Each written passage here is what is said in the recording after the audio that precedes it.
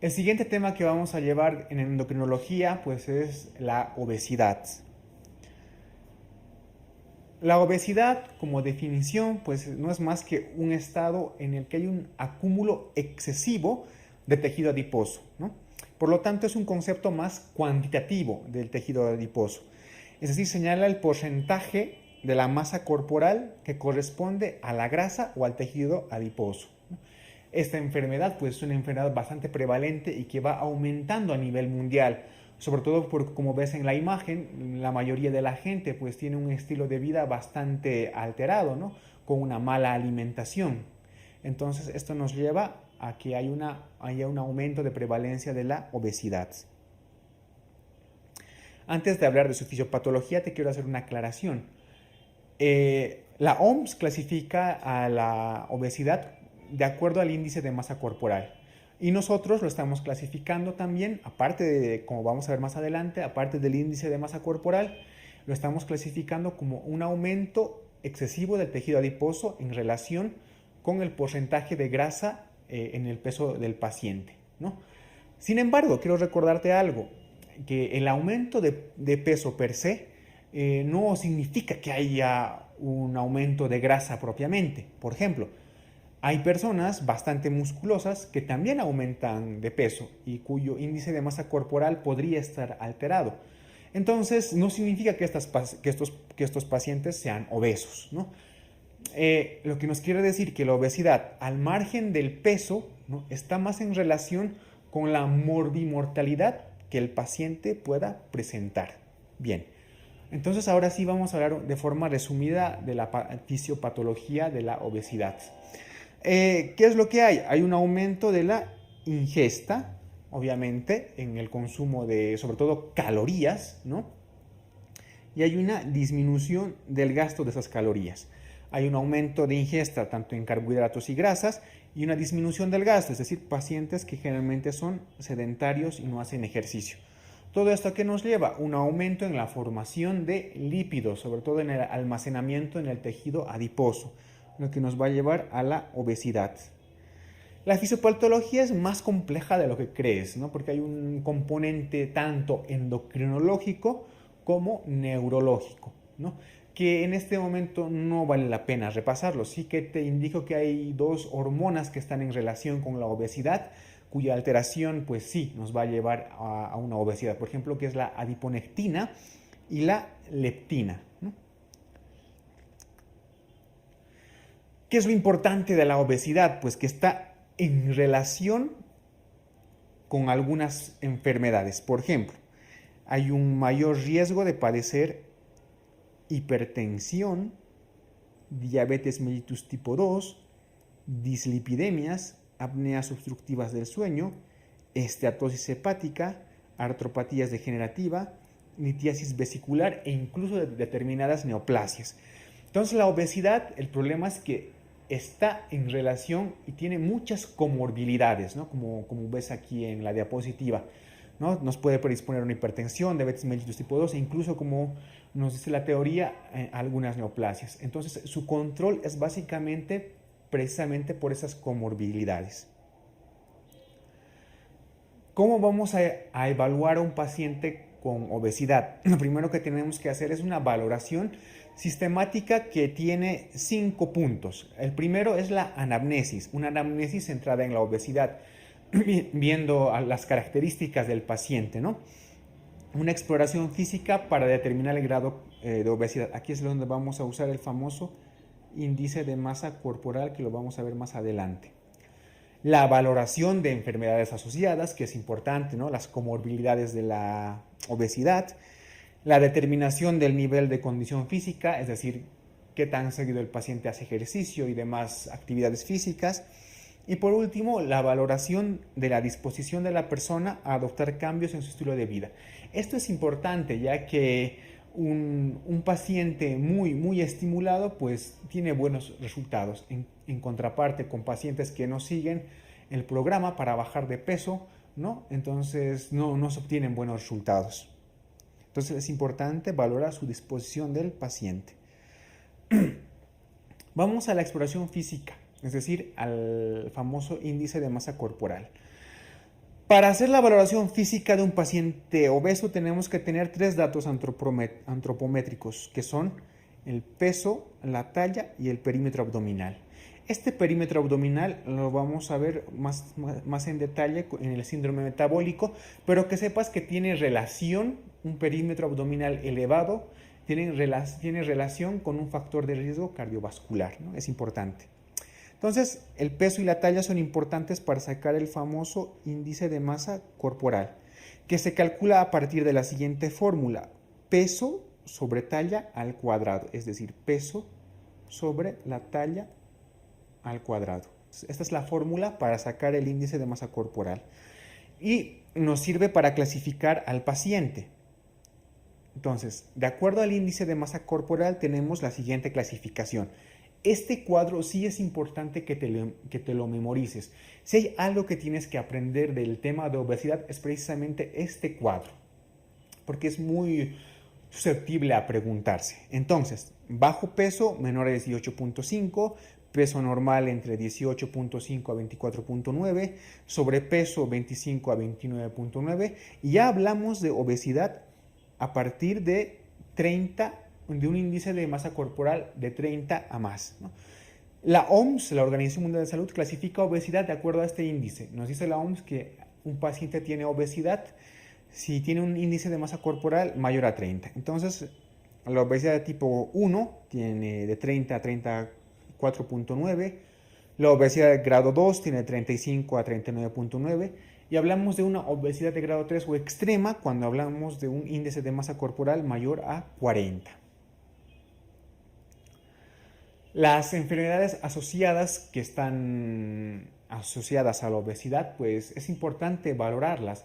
En un paciente que evidenciamos un sobrepeso o obesidad, tenemos que hacer lo siguiente, ¿no? Una analítica de los lípidos en ayunas, una analítica de la glucemia en ayunas y la medición de la presión arterial para ver algunas comorbilidades que puede presentar este paciente.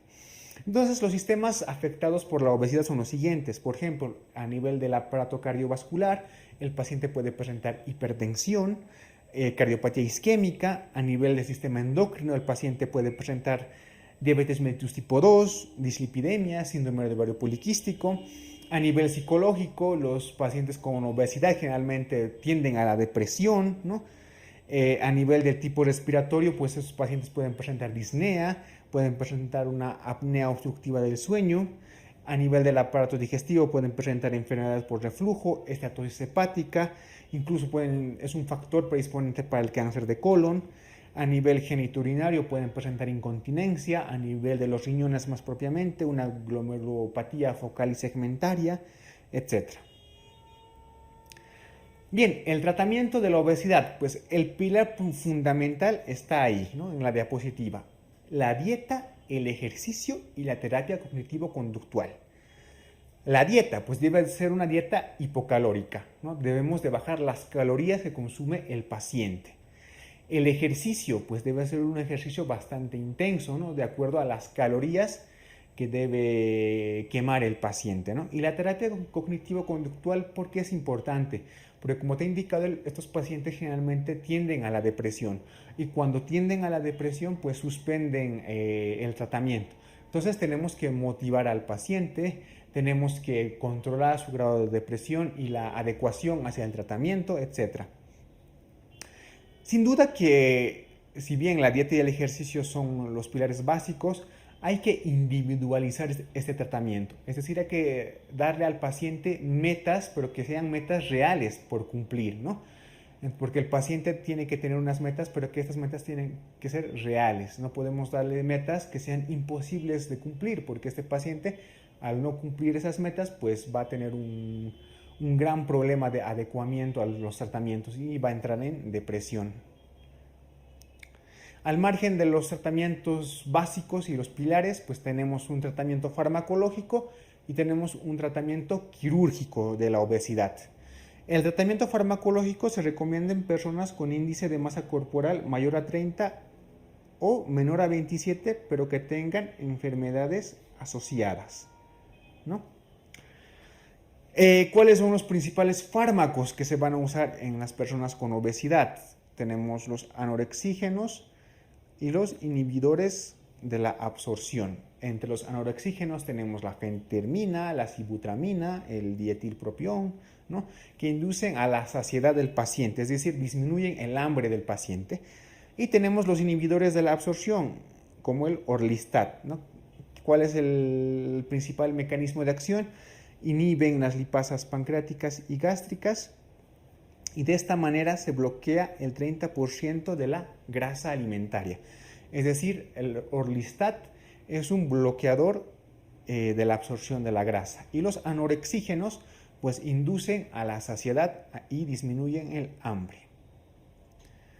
El tratamiento quirúrgico de la obesidad es importante conocer algunas características, ¿no? Está indicado sobre todo en pacientes con obesidad grave, es decir, un índice de masa corporal mayor a 40 kilogramos por metro cuadrado, y en pacientes que tengan obesidad moderada, pero que tengan alguna comorbilidad grave. Entonces, estas son las indicaciones básicas de la cirugía bariátrica. ¿Cuáles son los criterios de selección para la cirugía bariátrica? Índice de masa corporal mayor a 40, un índice de masa corporal mayor a 35 que esté asociado, por ejemplo, con diabetes mellitus tipo 2, hipertensión arterial, esteatosis hepática, etc., ¿no? Que el paciente tenga una evolución de la obesidad mórbida mayor a 5 años, que con la dieta, el ejercicio y los fármacos hayamos fracasado, ¿no? Que este paciente tenga también estabilidad psicológica, es decir, que este paciente no tenga abuso de sustancias ni alteraciones psiquiátricas y que obviamente el paciente esté comprometido a las normas de seguimiento postquirúrgico. ¿Cuáles son los tipos de cirugía bariátrica? Son principalmente tres, ¿no? Tenemos técnicas restrictivas y tenemos técnicas absortivas y tenemos técnicas mixtas.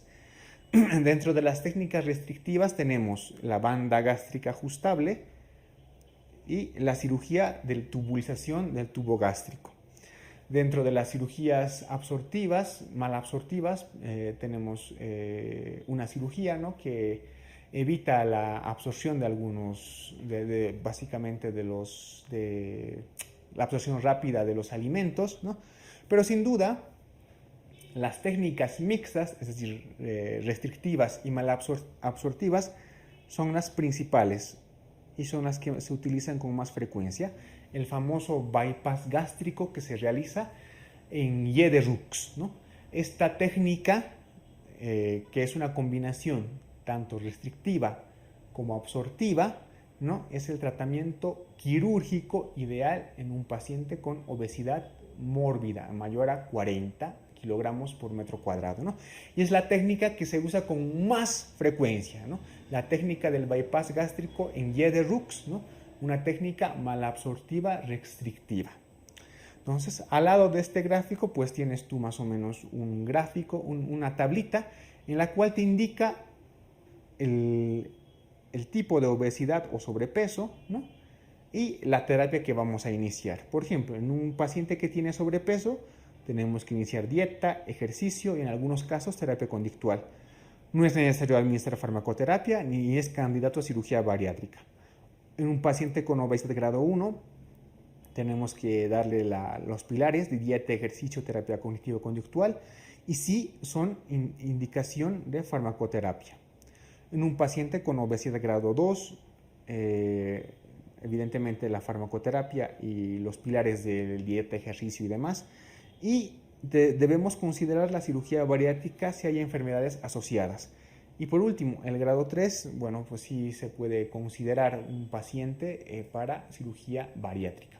Entonces, de este capítulo lo más importante es que repases el cuadrito de índice de masa corporal, ¿no? Y desde dónde llamamos obesidad.